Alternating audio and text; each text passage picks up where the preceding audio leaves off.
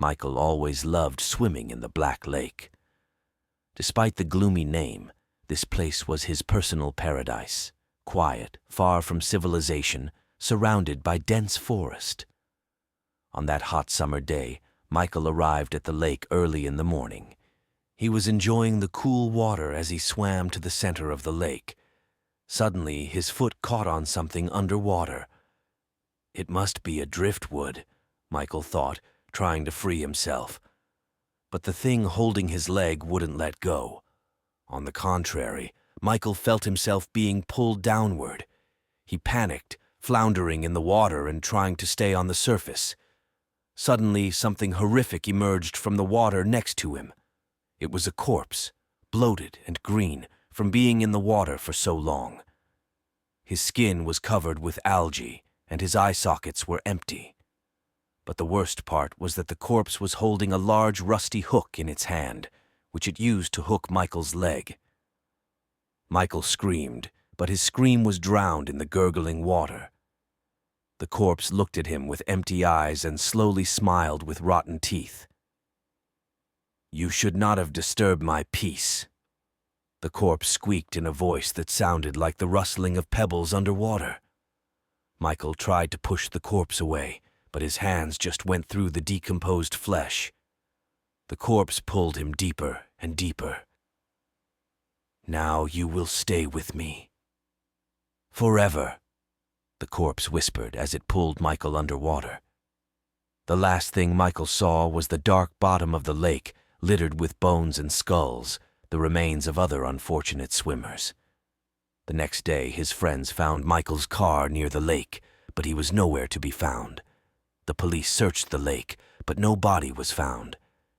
Since then, people have been avoiding the Black Lake, and those who still dare to swim there tell of cold hands pulling at their legs and of a creepy face that can sometimes be seen underwater, a face with empty eyes and a rotten smile.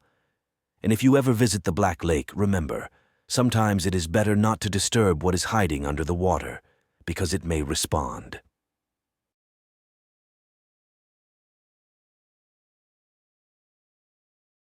The Johnson family moved from New York City to a small town in Mississippi, looking for a quieter life. Their 12-year-old daughter, Emily, was thrilled with the spacious house on the riverbank. One hot July day, Emily convinced her father, Michael, to take her fishing.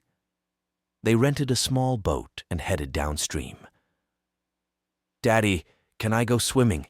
Emily asked, looking at the cool water. Michael reluctantly agreed, but warned her, "Stay close to the boat. The current here is treacherous." Emily dove into the water, enjoying the coolness. She did not realize that she had sailed farther than she had planned. Suddenly, she felt something strange. The water around her was swirling. A huge dark shadow flashed under her. "Daddy!" Emily screamed, but the boat was already far away. A giant creature emerged from the depths. Its skin was pale and slimy, and its eyes were completely white, without pupils. The creature slowly turned its head, listening to the slightest fluctuation of the water. Emily froze in horror. She remembered the stories of the locals about the legendary blind monster of the Mississippi, but she had always thought they were fables. The creature rushed forward. Emily barely had time to breathe before she was pulled under. "Emily!" Michael's desperate cry cut through the air. He jumped into the water without thinking about the danger. Several hours passed. Rescuers found an empty boat drifting downstream. Neither Emily nor Michael were there. Over the next weeks, police and volunteers combed the river. No trace of the father and daughter was found. Mrs. Johnson refused to believe they were dead. She spent her days on the bank, gazing into the water. One evening, she saw something strange. Two figures emerged from the water in the distance. One big, the other small. They looked directly at her with blind white eyes before disappearing under the water again. From that day on, Mrs. Johnson never went near the river again. And the locals added another chapter to the legend of the blind monster. Now he is not alone. And sometimes you can hear children's laughter coming from the depths of the Mississippi on moonless nights.